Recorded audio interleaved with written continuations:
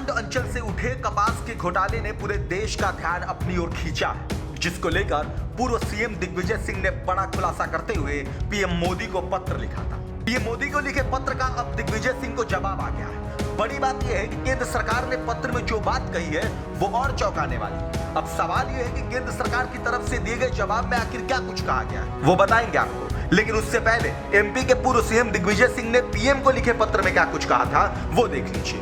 दरअसल दिग्विजय सिंह ने 27 अगस्त 2024 को प्रधानमंत्री नरेंद्र मोदी को एक पत्र लिखा था, जिसमें उन्होंने मध्य प्रदेश में ऑर्गेनिक कॉटन घोटाले की जांच कराने का आग्रह किया था। साथ ही उन्होंने पीएम को लिखे पत्र में यह भी कहा था कि एमपी के निमाड़ अंचल में ऑर्गेनिक कॉटन उत्पादकों के फर्जी समूह बनाए गए हैं और इन समूहों में ऐसे गांवों के किसानों के नाम भी शामिल किए गए हैं जो ना तो ऑर्गेनिक कॉटन का है और ना ही साधारण बीटी कॉटन का उत्पादन करते हैं। इसके अलावा पूर्व सीएम ने पत्र में यह भी लिखा था कि कंट्रोल यूनियन नामक सर्टिफिकेशन बॉडी द्वारा बगैर भौतिक सत्यापन के एपीडा और व्यापारियों की मिलीभगत से ऑर्गेनिक उत्पादन के सर्टिफिकेट जारी किए गए। अब आगे उन्होंने आग्रह किया था कि प्रधानमंत्री जी इस मामले की जांच कराएं और दोषी अधिकारियों और कर्मचारियों पर सख्त कार्रवाई करें।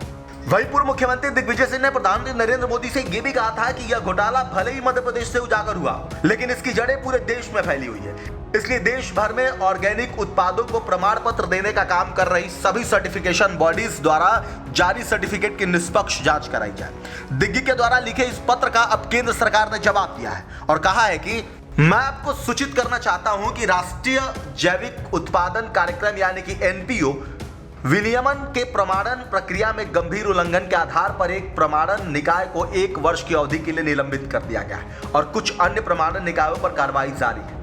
उत्पादक समूह एनपीओ के तहत पंजीकरण से रद्द कर दिया गया है। इसके अलावा इस विभाग ने इस मुद्दे को इंदौर के पुलिस आयुक्त और धार मध्य प्रदेश के पुलिस अधीक्षक के समक्ष भी उठाया है और मामले का संज्ञान लेने और कानून के अनुसार प्राथमिकी दर्ज कराने का अनुरोध किया है। तो इस तरह से तो केंद्रीय मंत्री पीयूष गोयल यानी केंद्र सरकार ने जो पत्र लिखा उसमें यह स्वीकार तो कर लिया है कि सर्टिफिकेशन प्रक्रिया में अनियमितताएं हुई है, जिसके बाद एक्शन लेते हुए एक सर्टिफिकेशन एजेंसी को 1 साल के लिए निलंबित भी कर दिया गया। साथ ही धार एसपी और इंदौर पुलिस कमिश्नर को मामले में एफआईआर दर्ज करने के निर्देश दे दिए गए।